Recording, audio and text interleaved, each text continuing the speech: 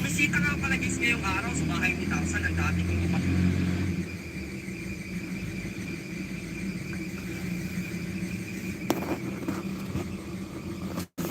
Alright!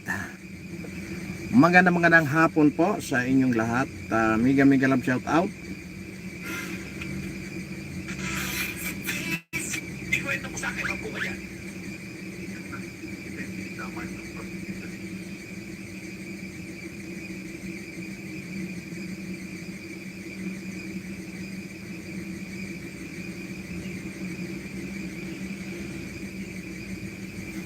Alright! 1 million in the house. Mega love shout out.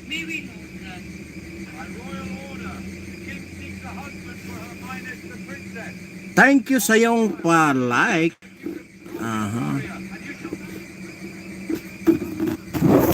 Dito tayo kay madilim. Alright. Nagpakita ang haring araw pala ngayon.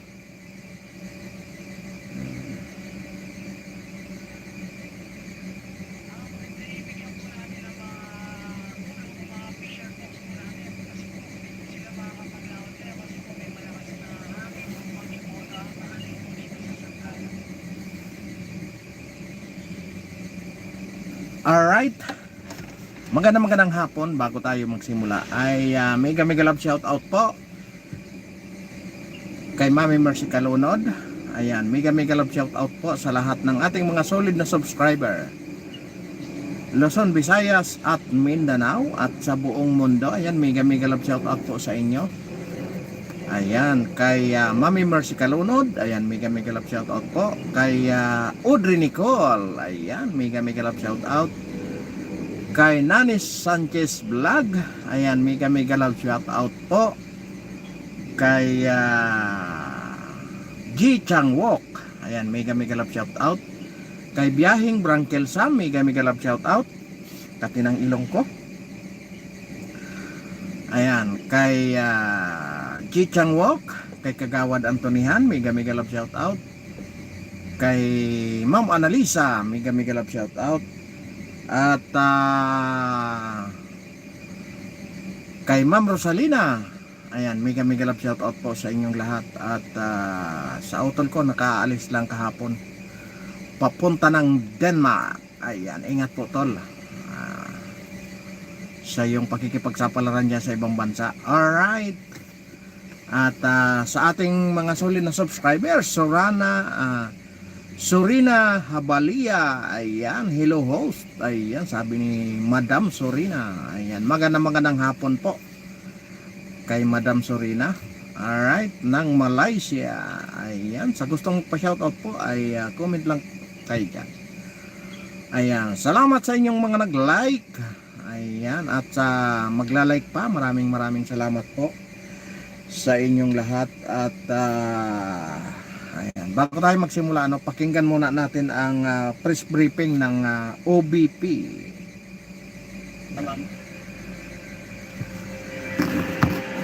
Hindi kami makalatang ilang araw, ma'am, kasi malakas po ang alon, ma'am. Medyo mahirap kasi hindi kami makapaghanap buhay, ma'am, kasi yun lang ang tanging pinagkakitaan namin, ma'am. Malaking apektad talaga sa amin, ma'am. Kasi siyempre, kung hindi makapaglaot yung asawa ko, wala kami hanap buhay, kung hindi lang yung paghuhuli ng alimango, ma'am. Kasi malapit po kami sa tabing dagat, ma'am. So, pag may dalaw po yung tubig, apektado po talaga kami, ma'am. Masaya kami. Ayan, Budak D6Y. Ayan, shout out po. Ayan, mega love shout out po. Ayan, yung inyo pong napapakinggan ay ito po yung mga interview ng mga kababayan natin doon sa saan ba ito? Ayan, Kasi may sa parting tulong, Cagayan may po. pagkain. Napupunan niya yung mga ilang araw na gastusin namin, ma'am. Maganda na rin kasi meron na rin pa yung pagkain sa ilang araw. Salamat po sa tulong na ibinigay nyo ngayon sa amin. Malaking tulong po ito para sa amin, ma'am. Lalo na po sa amin na malapit sa dagat, na wala na po kaming pinakukunan kundi lang po sa dagat. Sa lahat po ng tulong nila sa amin mga fisher folks, maraming salamat po lahat sa tulong nila, ma'am. Kami nagpapasalamat sa Vice President kasi naalala po niya kami bilang Alam nyo ang Office of the Vice President, kaya ganon sila kabilis maghatid ng kanilang mga lalong-lalo na sa mga nasalanta ng bagyo. Ganon sila kabilis. Kasi po sa bawat probinsya, mayroon nagtayo po ang Vice President ng satellite office. Kaya ganon sila kabilis mag-responde, lalong-lalo na paghatid ng mga relief goods sa mga nasalantaan ng bagyo. Ayan, ganon sila ka organize yung Office of the Vice President. Kaya yung mga nagsasabi diyan na walang ginagawa, mahiya naman kayo, oy. 'Di ba? Alam nyo, hindi nyo alam kung gaano karami ang satellite office ng Office of the Vice President. Nabawasan nga lang dahil nga po nung 2025 binawasan din ng budget ang Office of the Vice President. Kaya nagsakripisyo talaga, nagsakripisyo talaga ang Office of the Vice President. Kaya may mga sila na talagang isinakripisyo nila na maalisan ng satellite office. At pangalawa doon, maraming nawalan ng trabaho kasi sa bawat satellite office kukuha yan sila ng empleyado, siyempre, para maging epektibo, mas mabilis, mas pinalalakas. Kasi halimbawa katulad niya sa Cagayan, pag galing ka ng Metro Manila, hindi ka naman makatakbo kaagad. Kung mayroon kang opisina doon sa Cagayan, mabilis yung mabilis yung iyong pag-prepare, lalong-lalo na yung mabilis ang pangangailangan ng tao. Pag ganyan po, mabilis na pangangailangan, pag sa umaga pwedeng palugaw, tapos kasunod yung mga relief goods, di ba mabilis? Kung manggagaling pa ng Metro Manila, mahihirapan talaga. Kaya napakagandang paglagay ng satellite office. Matagal na kasi nagtatrabaho si VP Sara sa gobyerno. Samantala si VP Aranita, walang-wala panahon nila. Inubos nila sa pag talagang talaga ito si Madam Sorina. Alam nyo, talagang pag ikaw talaga alam mo na kung paano palakarin sa loob ng gobyerno, hindi ka na mahihirapan, diba? Kaya tama po si Madam Sorina na talagang inalam niya na muna kung paano gumalaw sa mabilisang paraan. Kasi nga ganun ang tingnan nyo ang Davao, diba? Wala ba kayong napapansin itong mga nakaraang buwan? Ilang bansa ang bumisita sa Davao? Nandiyan yung Sweden, nandiyan yung Japan, nandiyan yung China. Napakarami. Kaya nakikita nila kasi kung gaano ka-organize, kung gaano ka-organisado ang isang probinsya, at kung gaano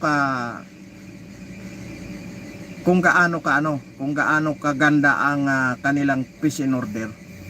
Kaya makikita nyo, sa tingin nyo ba kung binibisita ang Pangulo natin, hindi yan ipangangalandakan ng kanilang mga social media vlogger? Hindi ba yan ipangangalandakan ng mga mainstream media? Pero hindi ang Davao, tahimik pero kita nyo, iba't ibang bansa ang pumupunta kasi tinitingnan nila yung sitwasyon, tinitingnan nila yung takbo ng kanilang bayan. Bakit? Sa kabila ng walang suporta ang nasyonal, nasusurvive nila. Hindi sila nagkakaroon ng utang. Ang Davao po ay walang utang. Pero yung talagang mga critics talaga, pinipilit nilang gawa ng istorya. Pinipilit nilang pilipitin yung mga magagandang programa ng Davao City. Isipin nyo kung talagang yun ang alam mo. Yun talaga ang alam ko eh. Yun talaga ang alam ko. Di ba? Mintik La Chica. Mga pangalan talaga, Mintik. Parang yung ano ito, laman dagat Ako boss DTV, di pa ako nakapunta sa Davao ni minsan. Napakaganda po ang Davao. Subukan yung pasyalan. No? Subukan yung pasyalan.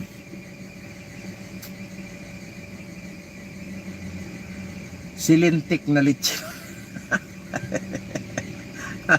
Si Madam Sofina talaga. Kaya makikita nyo yung makikita nyo yung kung gaano kabilis. Dumura lang si paring Pulong, baha sa Davao. Buti pa ito pakitaan ko si Mintik La Chica. Para naman fair tayo. Para alam naman pakitaan natin siya kung gaano kagaling ang ito yung mga ito yung mga tawag nito, yung mga diehard ito saan na yun, nawala na tuloy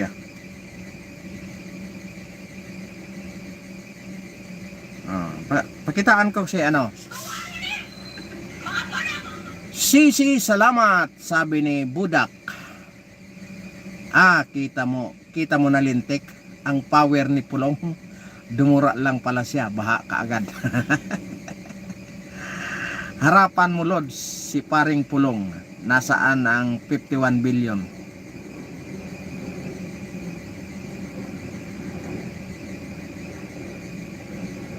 Alam mo Boss Mintik,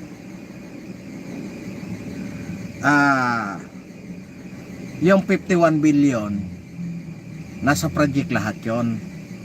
At kung gusto mong makita, pumunta ka sa DPWH para makita mo kung may ninakaw ba. Pero para naman na fair tayo. Ito yung yung mga ito pakita ko sa iyo ito yung pinagsisigawan, yung nagsusumigaw siya ayan Speaker Martin Romualdez, correct me if I'm wrong. Tumahan at tumagyo ng biyaya dito sa ikalawang distrito ng ating diba? Kaya may AX dahil ni Speaker. Kaya may akam dahil ni Speaker. Kaya may tupad dahil ni Speaker.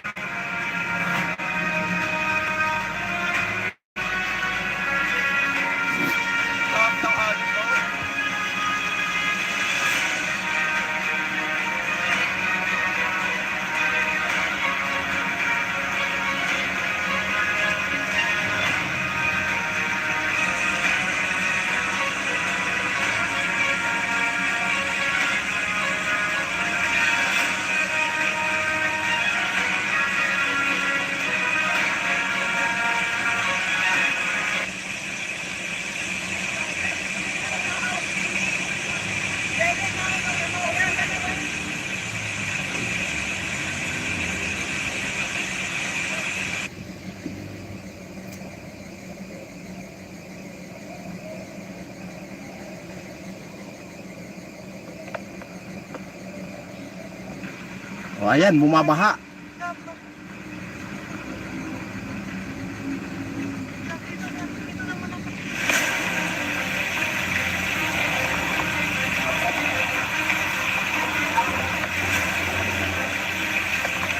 Sa panahon ni President Bongbong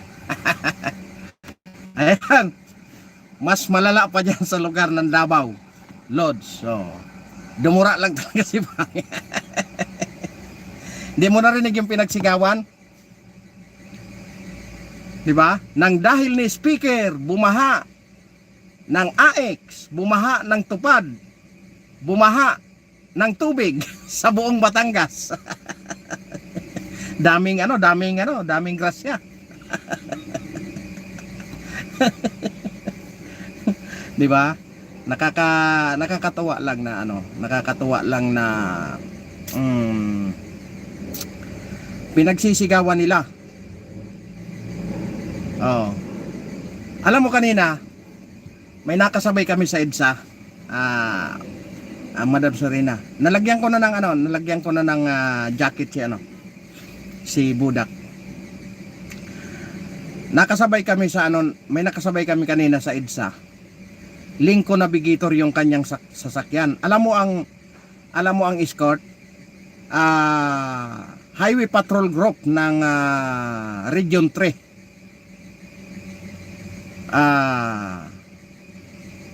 Highway Patrol Group ng Region 3 ang escort at isang Fortuner. Isang Prado. Nag-araruhan sila doon sa EDSA. Nahiya yata bumaba yung politiko. Oh. Nahiya. Alam niyo yung yan, salamat din Madam Sorina. Alam mo yung kilala ko yung kanyang sekretary. Bumaba. Oh. Nandahil sa kanilang pagmamadali, hinahawi nila lahat yung mga sasakyan. Ayon. Sila nagbanggaan. Lincoln Navigator, isipin mo, isa kang congressman ka ng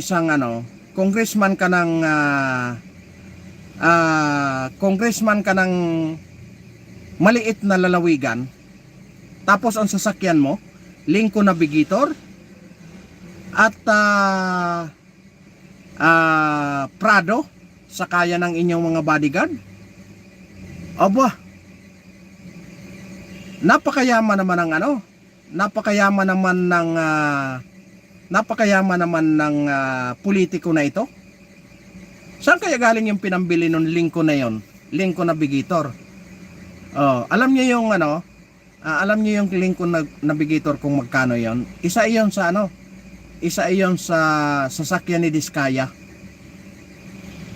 Grabe Provincial lang yun ng Region 3. Ayan, Troll Crooks, mega love shout out. Grabe, Lincoln Navigator. Alam niyo yung namrino yung Fortuner kasi nga ang lalim ng lubak doon sa may EDSA. Oh, ginastosan ni Vince Dizon ng bilyon. Pero anong nangyari sa sobrang lalim? Namrino yung Fortuner, binangga nung escort nung Lincoln Navigator yung binangga nung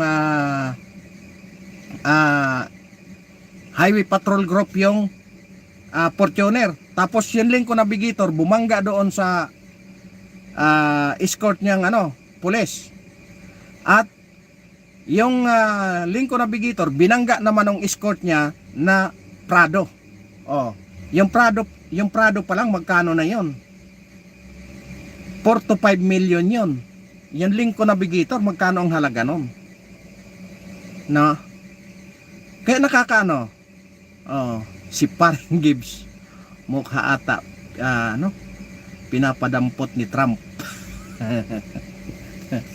Ayaan mo na yon, magkadamputan sila. Oh.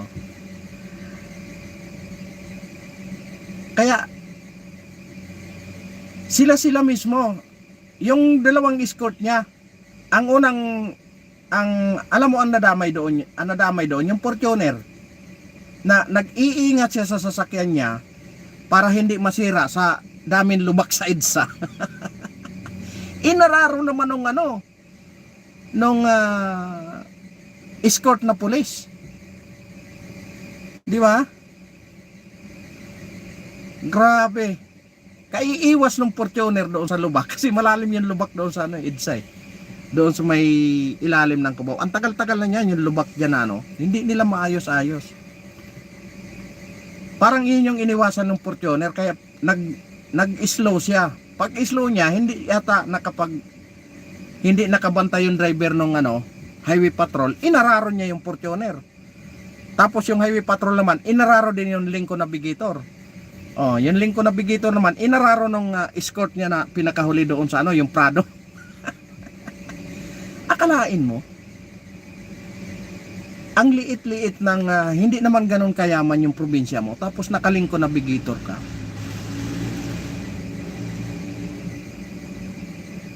Di ba? Kaya nakakalungkot na makikita mong lubog na yung baha yung probinsya mo, tapos makita mo yung mga sasakyan ng congressman. Anak ng baka ang mamahal.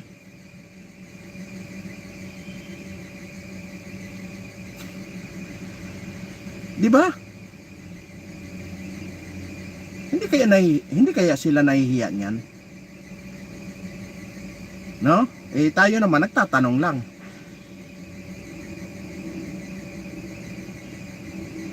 Kaya nakakalungkot na makikita mo sila na ganon karangya ang kanilang buhay.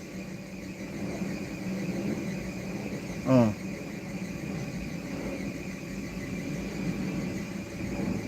Tapos pag nakarinig sila na sinabihan silang magnanakaw, galit na galit sila.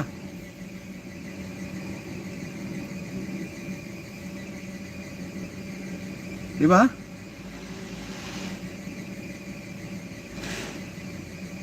Ay nako, sinabi nyo pa. Ganon sila ganon sila kagarapal. Ngayong panahon na ito, binigyan talaga sila ng laya ng husto. Oh, binigyan sila ng laya. Alam nyo yung impeachment na yan? Ano lang yan? Dahilan lang yan. Pero makita nyo ang daming nagkakwarta dyan. Yung pagpirma lang binuking na sila ni Congressman Leandro Libiste. Kaya tingnan mo ang ginagawa sa kanilang dalawang mag-ina. Talagang ginigipit sila para mawala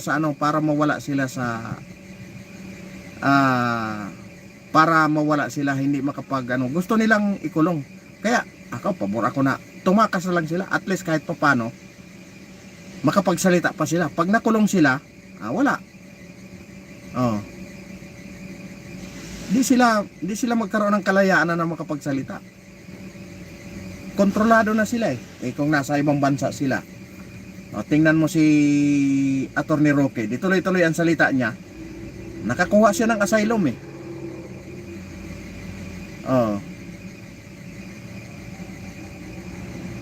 Abang-abangan nyo pa, baka makalabas pa si makakuha pa ng asylum si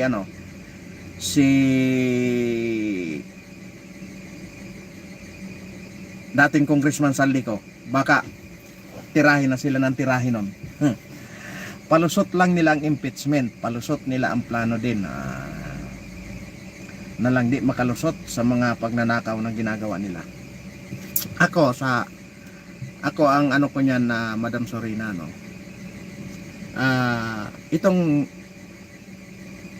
itong panahon na ito, masaya sila. Kaya kahit nanganganib ang kanilang mga reputasyon, ay yung nanganganib ang kanilang mga karer, nakipagsapalaran na sila. Alam niyo kung bakit? Once na ang isang Inday Sara na ang maging presidente, marami talagang makukulong. Mas marami ang makukulong. Kasi nga iniisip nila, hindi nila maano ang isang Sara Duterte, hindi nila mahawakan sa leeg eh. Pumapalag eh. Oh.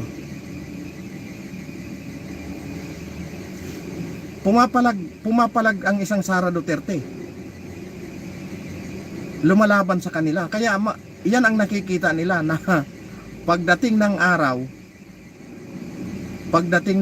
talagang may kalalagyan yung mga sumalaula sa ating bayan.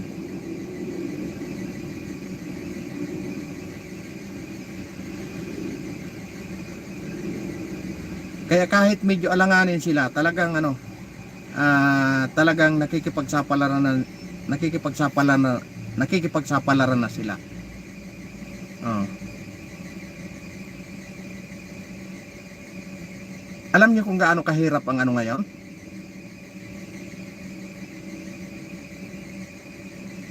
Gaano naman kalala? Yung drugs ngayon.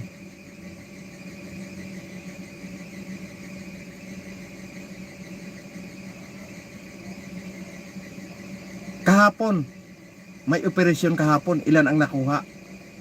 8 na naman ang nakuha kahapon.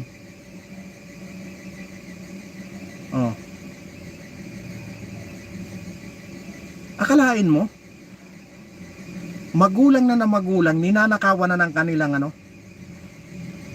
ninanakawan na ng kanilang anak kasi lulong na sa lulong na sa pinagbabawal na gamot eh. Oh. Kaya nung nahuli yung kanilang anak, sa halip na umiyak, nagpasalamat pa. Kasi nga baka yun daw ang magiging paraan para tumino yung kanilang anak. Kaya sabi ko doon sa nanay, alam nyo, hanggat pabalik-balik sa kulungan yung inyong anak, lumalaki ang network niyan. Palaki ng palaki ang network. Alam nyo kung bakit? Pagdating sa kulungan, kwento-kwentuhan ang mga yan eh. Pag nakakwentuhan, taga-ibang lugar, pareha sila ng kaso. Mag-iimbitahan ngayon. Kasi kung ang kaso nila, illegal possession lang, 3 to 6 months, labas ka na. Yung wala ngang piyansa napapiyansahan pa nagagawan pa ng paraan. Iyon pa na may piyansa, kaya napapabilis.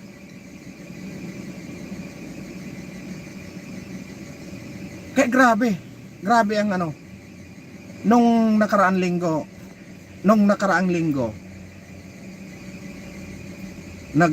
naghihinaing na yung nanay sa akin na kasi po yung pamilya nila may negosyo. Ang negosyo nung kanyang ang negosyo niya ay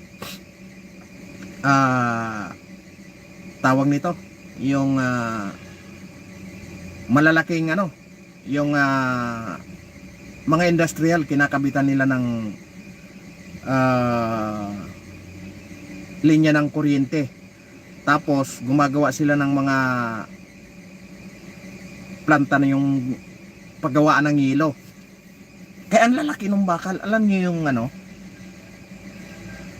magulang na magulang ninanakawan na. Samantalang hindi naman nagkukulang yung magulang.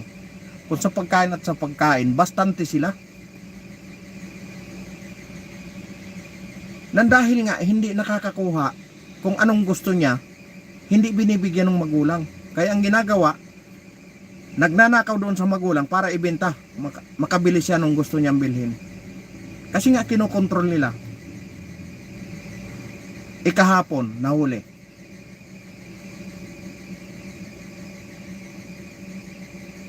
Kaya sa halip na umiyak yung nanay, natutuwa pa. Kasi sabi niya, grabe na ang sakit ng ulo. Sobra-sobra na yung binibigay sa akin.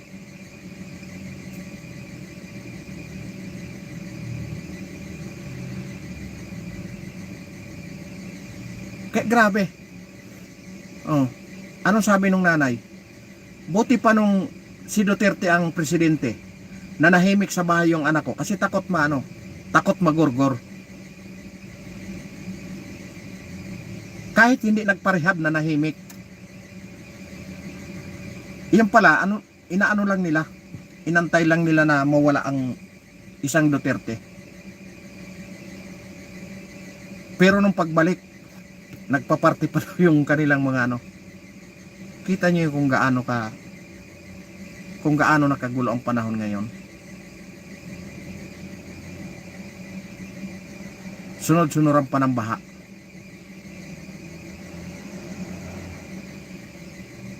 Tapos ipagmamalaki pa yung racket. Naku po. Ano nang nangyari sa atin?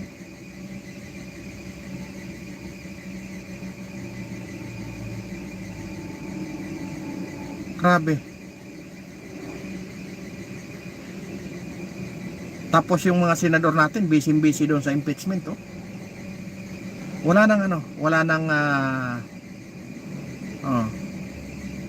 nang magawa yung ating mga senador. Dahil puro impeachment. Doon na lang sila sa impeachment, puro impeachment.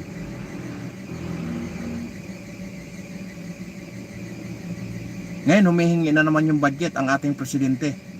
7.2 trillion. At mangungutang pa sa Japan, ha? Para gastusan yung universal healthcare. Pagkatapos nilang kunin yung pira doon sa PhilHealth, mangungutang ngayon para gastusin din sa PhilHealth.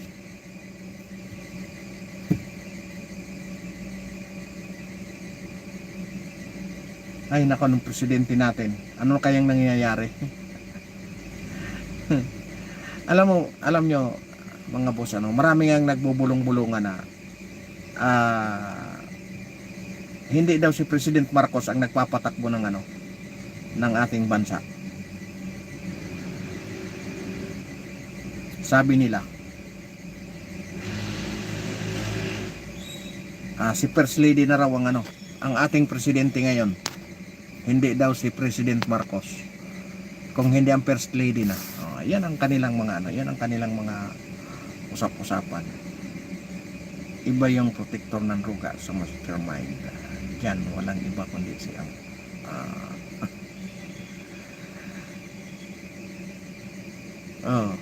biruin mo, sabihin ba naman Chief PNP okay lang na gumamit?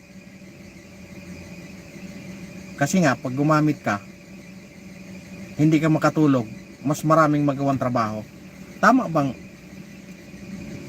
hipi ka ng buong kapulisan tapos marinig sa iyo yun? Di anong ibig sabihin nun? Diba? Di parang pinoprotektahan mo. Dralin, yan, shout out po, magandang hapon. Abigail Dalonde, yan, sabi ni Dralin, ayan, magandang hapon po. Tama, ginagamit lang nila si kaya nga kung ganyan ang nangyayari talaga, nakakapanghinayang. May mga pakiskis pa si Dralin. Sinong sinout out? Si Abigail Dalonde. Ayan, shout out po kay Abigail Dalonde.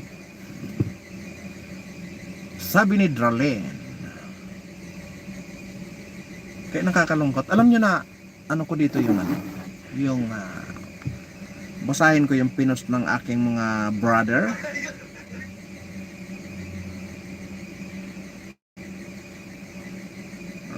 May pinost dito yung aking mga brother. Ganda ng kanilang point of view.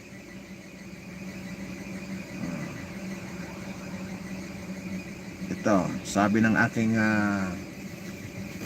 mga brother dito, basahin ko lang itong kanilang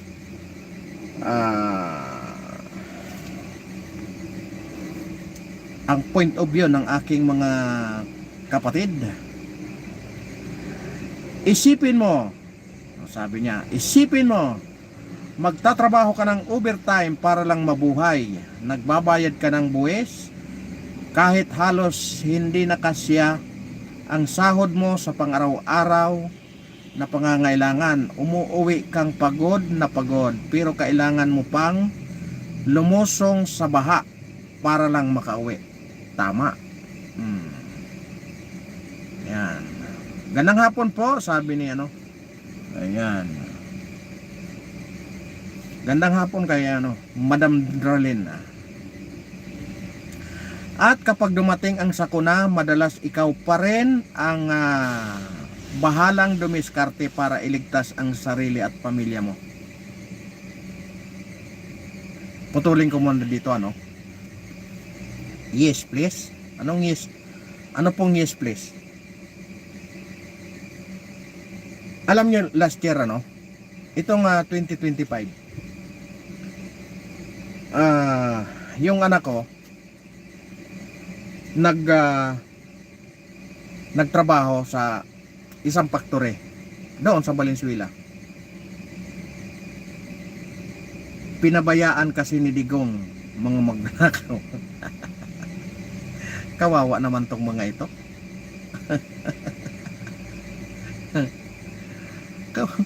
Matatapos na yung termino ni BBM, si Digong pa rin ang may problema. Grabe naman tong mga ito. Wala na ba kayong ibang makitang masisi? Talaga naman. Tuloy ko yung kwento. Hey, I think was.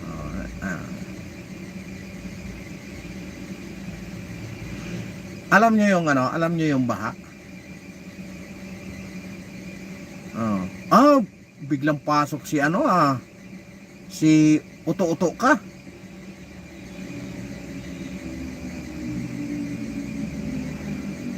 Alam niyo yung lumangoy ka ng hanggang dibdib. Tapos napakalakas ng agos. Tapos sabihin sa'yo ng congressman, umangat lang ng konti yung tubig. Di ba? Nakakatuwa, di ba? Tapos sabihin sa iyo yung umangat lang ng konti yung tubig. May mga tangay-tangay pala ito si uto-uto ka. Ayan. Yung hindi ka mapakali kasi nga yung anak mo nandoon sa inabutan ng baha sa gitna ng kalsada, mapipilitan kang magsakripisyo talagang lumangoy. Kaya grabe ang natin.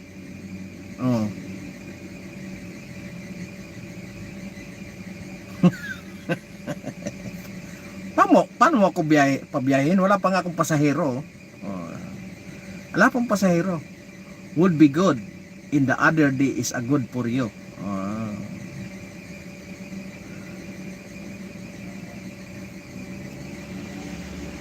Yan mo, kumikita naman yan eh. Di ba? Tuloy ko dito yung sinasabi ng ating mga kapatid Samantala, ang mga politikong dapat sanay nangangalaga at naglilingkod sa taong bayan ay maaaring ligtas at komportable sa kanilang mga air condition na silid. Malayo sa baha, malayo sa hirap, at malayo sa tunay na epekto ng mga problemang kinakaharap ng ordinaryong Pilipino. Ay siyempre talagang napakalayo. Alam niyo kung bakit?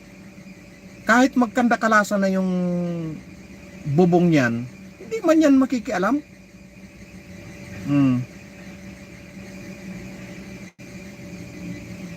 Di ba hindi man makikialam ang mga yan? Kasi nga, maraming mga maraming mga tauhan yan eh. Maraming mga tauhan yan, kaya wala talagang pakialam sila. At sabi niya, ano ang kapalit? Mas maraming buwes, mas maraming pangako, mas maraming dahilan, at para sa marami, mas maraming paghihirap.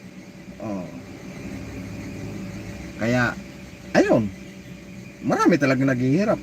Hindi lang tayo lubog sa baha, lubog din tayo sa pagpapabaya, korupsyon at sistemang hindi laging nakakapagbigay ng serbisyong karapat-dapat sa tao.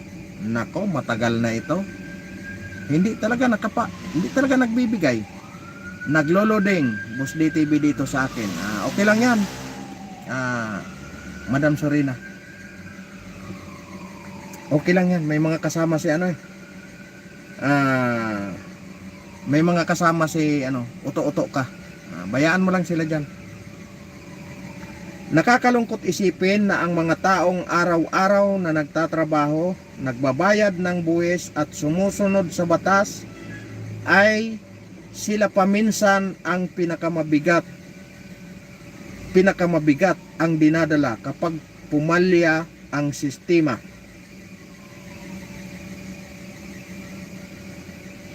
Ano sabi?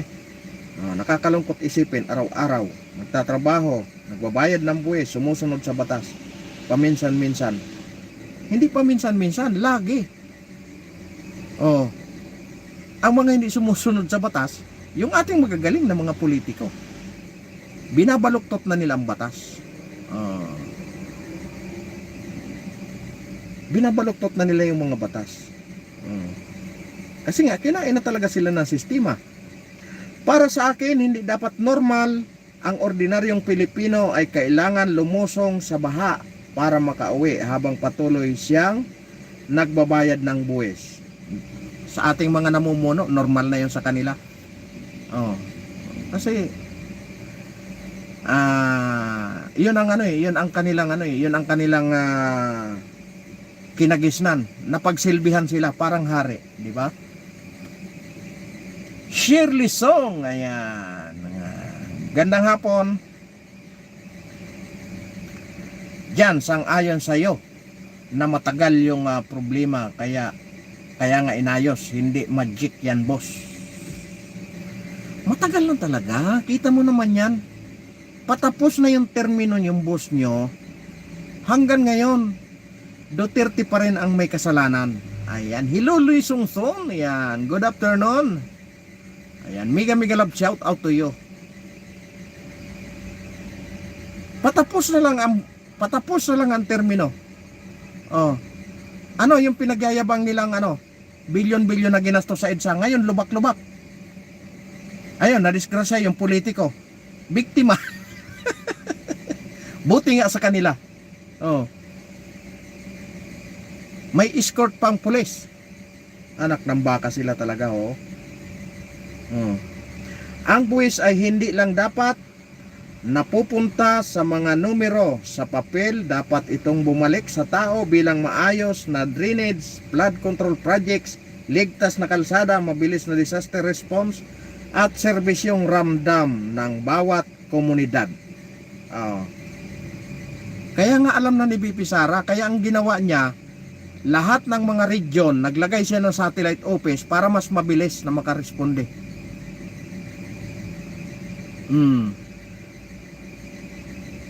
Dahil nakikita nila yung mga libreng sakay, mabilis magresponde, ang ginawa nila, binawasan nila yung budget ng Vice President.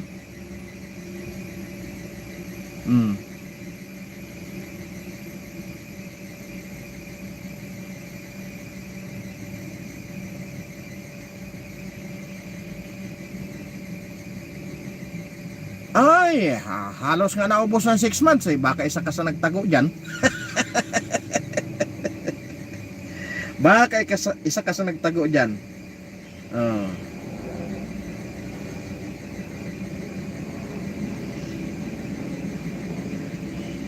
Ang buwis ay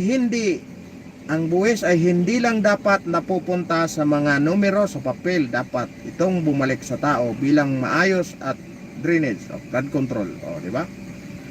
Yung drainage, yung pinagmamalaki ni Vince Dizon na sa EDSA, bilyon ang ginasto. 1 taon bago masira. Ngayon, anong buwan pala ngayon? January nag-umpisa.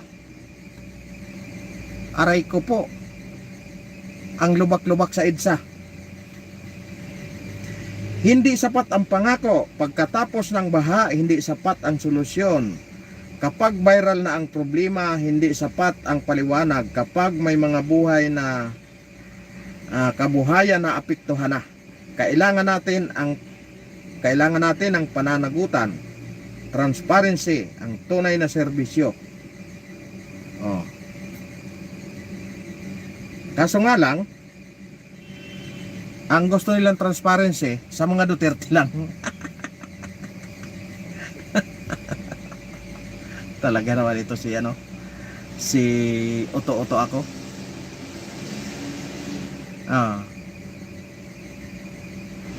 Oto-Oto ka. Ilang taon ka Ilang taon ka ilang taon ka nagtago nung kay Digong?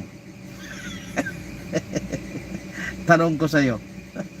Ilang taon ka nagtago? 5 taon ba? Ang hirap maging mahirap sa Pilipinas kapag ang sistema mismo ang nagpapahirap sa iyo. Hanggang kailan tayo lulubog at kailan naman tayo makakakita ng sistemang tunay na umaahon kasama ang Pilipino? Alam nyo, napakalabo yan. Alam niyo kung bakit?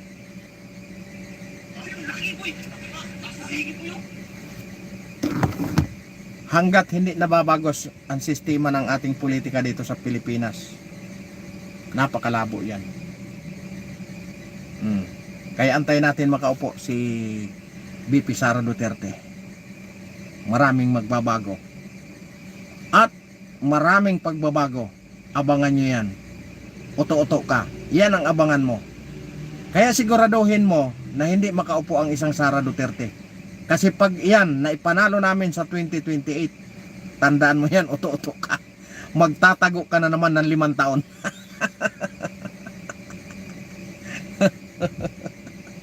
Magtatago ka na naman ng 5 taon. Maniwala ka sa akin. Tsaka wala na kayong kabuhayan. Mawawala na yung kabuhayan nyo. Ala na. Wala nang troll farm. Dahil ipapasarado lahat yan. Yung troll farm. Pasasarado lahat yan. Wala na kayong pagkakakitaan. Diba? Kaya ganun na lang ka desperado ang na ito. Ang mga kaalyado ng administrasyon nito. At siyempre kasama na rin ang na ito. Ang ating butihing pangulo. Nawawala sa landas nila ang isang Inday Sara Duterte. Oto-oto ka. Inaantay ko pa yung pasahero ko. Pasensya ka na ha. Magdadadaldal muna tayo dito. Alam mo, oto-oto ka. Nakakabobo talaga. Pag ang sinusundan mo bobo, mabubobo ka talaga.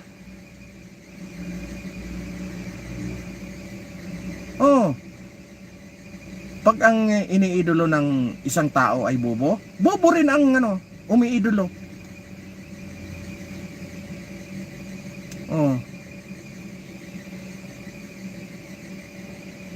Di ba? Kita mo na.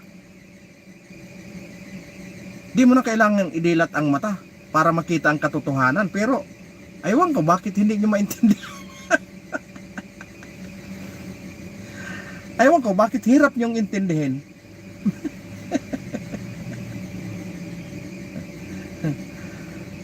Ang hirap intindihin pag talagang hindi mo talaga iniintindi.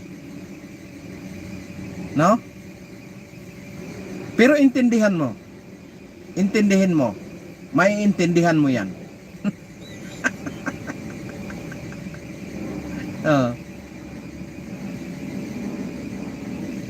Pag hindi ka bobo, maiintindihan mo talaga yan. Ayan, lalakas na naman tuloy ang ulan. Baka bumaha na naman dito. Lagi pa naman bumabaha dito. Tapos ang laki-laki ng ang laki-laki ng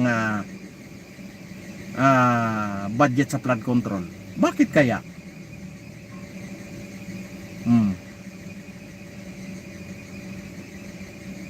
Di ba? Pag talagang hindi mo pag hindi mo talaga pag ang bobo talaga ang sinusundan, pati ang tagasunod bobo talaga yan. Talagang hindi hindi maitanggi talaga yan. Oh. Pero pag matalino ang nagpapasunod, nagiging matalino.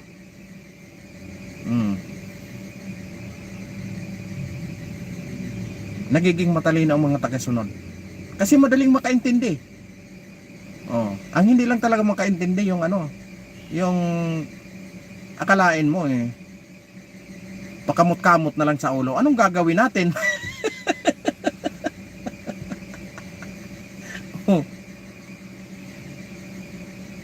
Oh, di ba? Tanggapin mo na lang na humigop ng baha.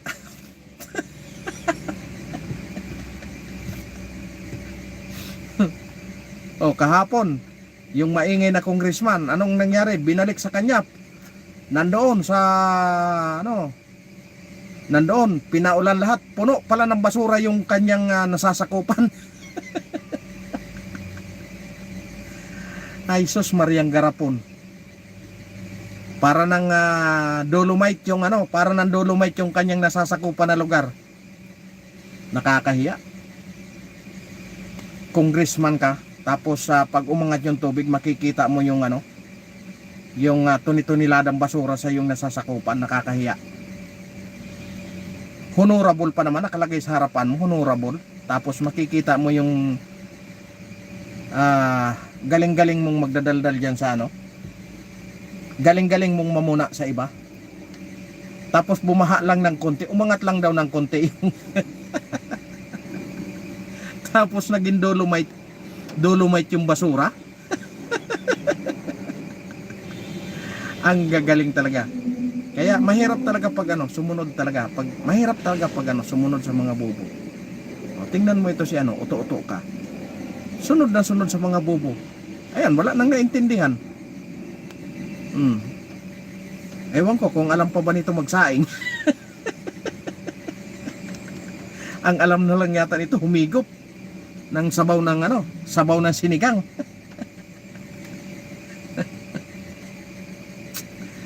Kaya, ayun. Ayan, magpakatalino kayo. Ayan, lalong-lalo ka na uto-uto ka. Magpakatalino ka kasi malapit na ang malapit ng 2028. Magpakatino ka na. Huwag ka na sumama sa huwag ka na sumama sa mga bobo. Sumama ka na sa amin. Ayan. Samahan mo lang si Madam Soraina. Samahan mo si Madam Soraina. Magiging matalino ka rin. Yeah. Ayun. Malapit na ang 2028. Wala na. Oh. Susuyurin na lahat ng susuyurin na lahat ng mga humihigop. Kasi yan ang nakakabobo, yung humihigop. Yan ang madalas makapagpabobo sa sa tao, yung alam mo yung utak mo natutuyot na, yung kahihigop mo natutuyot na yung utak. Makikita nyo dyan yung mga yung mga rugby boys dyan sa may EDSA. Wala na. Kahit pagligo, di na makaligo. Tuyot na wala nang ibang naisip Puro kaya oto-oto ka, bulong ko lang sa'yo Huwag kang tanggapin mo lang. Pero magsigwi ka na padahan-dahan. Kunwari lang na sumama ka na sa mga matatalino. Huwag ka na dyan sa kasi pag malapit na isang taon na lang bahala ka, ikaw rin. Ako nagsasuggest lang ako sa'yo. Baka mapikon ka uto-uto ka walang pikunan to. Ay, nabusog tuloy ako ka bubulong sa'yo. Walang talino. Soy, mas Basta sumama ka na lang. Kanino ka sasama? Kay Line? Lugaw yun. Ala, lugaw ang abutin mo doon. Kaya sumama ka na kay Inday Sara. Ha?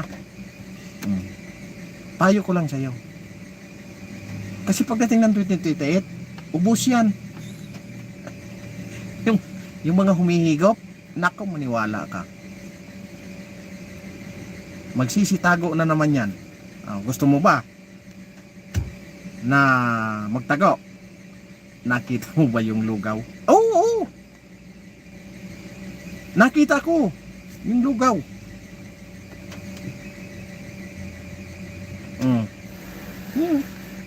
Kita mo, nagpakain si Chavit Singson ng lugaw.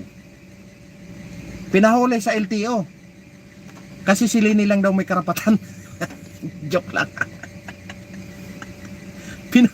Pinahuli ng LTO. Kasi bakit daw nagpapakain siya ng lugaw? Hindi naman lugaw yung ano niya. Hindi naman daw lugaw yung trademark ni Chavit Singson.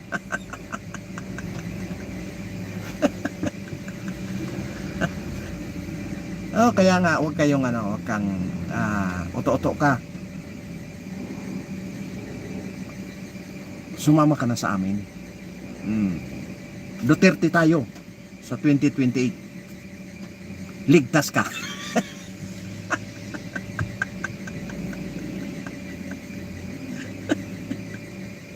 Maniwala ka sa akin.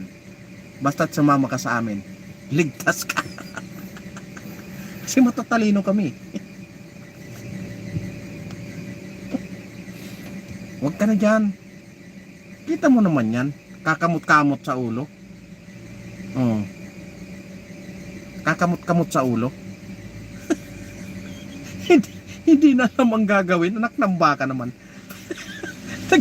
Naging presidente. Pakamot-kamot sa ulo. Hindi na alam kung anong gagawin. Anak ng baka. Hindi na lang maghigop ng sabaw ng sinigang. Nang marami siyang matutunan. Matuto siya luto ng may asim. Di ba? Basta ang ko sa iyo, uto-uto ka, payong kaibigan lang. Unti-unti ka nang bumitaw.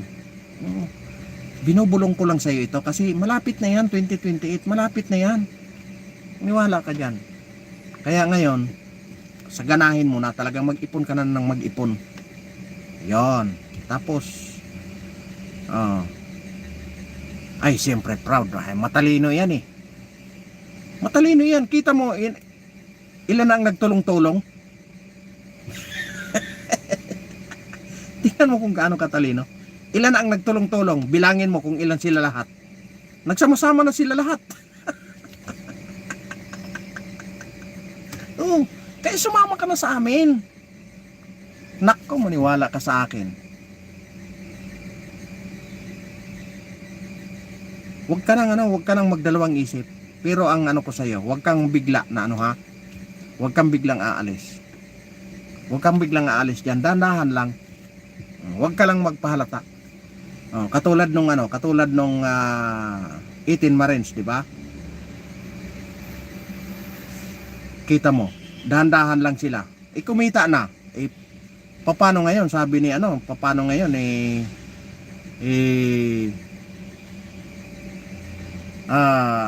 kakasuhan na ngayon ni Boyeng Rimulya.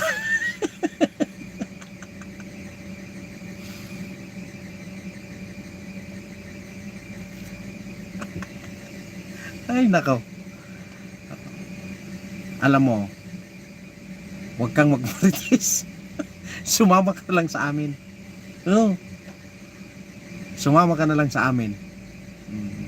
Mag-ipon ka lang. Wala nang 18 boss. Bumaliktad na.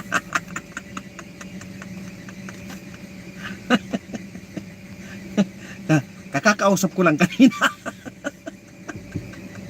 Huwag kang kita mo. Nakikinig ka kasi sa mga bubo.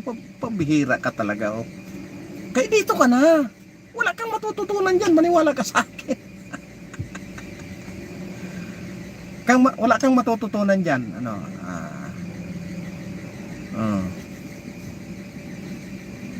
Wala kang matututunan diyan. Kita mo. Hindi mo alam ang hindi mo alam ang nangyayari. Anak ka talaga ng kagwang. Oh.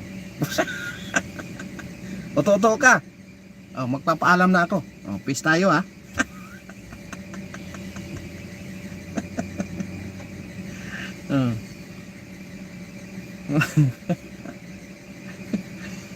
Kaya sama ka sa akin sa susunod. Bumulong ka lang sa akin. Ayan. Alright, maraming salamat po at sinamahan nyo na naman ako. Uto ka. Oh, peace tayo ha. Tapos sumama ka na sa amin. Binubulong ko lang sa iyo ha. Mag-ipon ka lang muna ng madami. Huwag ka munang kumulas ka agad. Mag-ipon ka muna ng madami ha. Tapos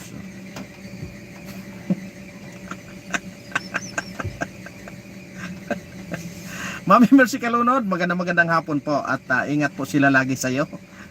Sa lahat po na sumuporta. Ayan, si Madam Soraina, ito si si Uto ka, sasama na ito sa akin sa susunod. Huwag kayong mag-alala. Sa susunod yan, atin na yan si Boss, namatay yung nag-away-away na. Bayaan mo sila. Ano mo sa sobrang talino? Tingnan mo. Sa sobrang talino nila, di na nila madala kung saan nila dinala yung talino nila. Di ba? Kita mo? Sabi ko sa iyo, kaya sa amin ka sumama. Kasi mga bubo na nga, nag-away-away pa. Di anong laman ang utak nun? Kaya iyan, pag nag-away-away, tandaan mo, mga matatalino yan. Alright?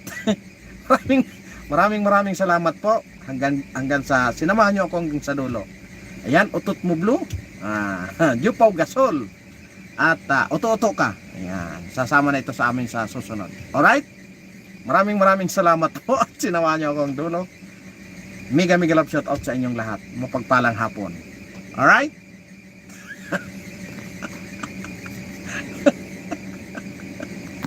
Nakakatuwa talaga ito si Nakakatuwa talaga ito si Uto ka. Uto ka, paalam na ako.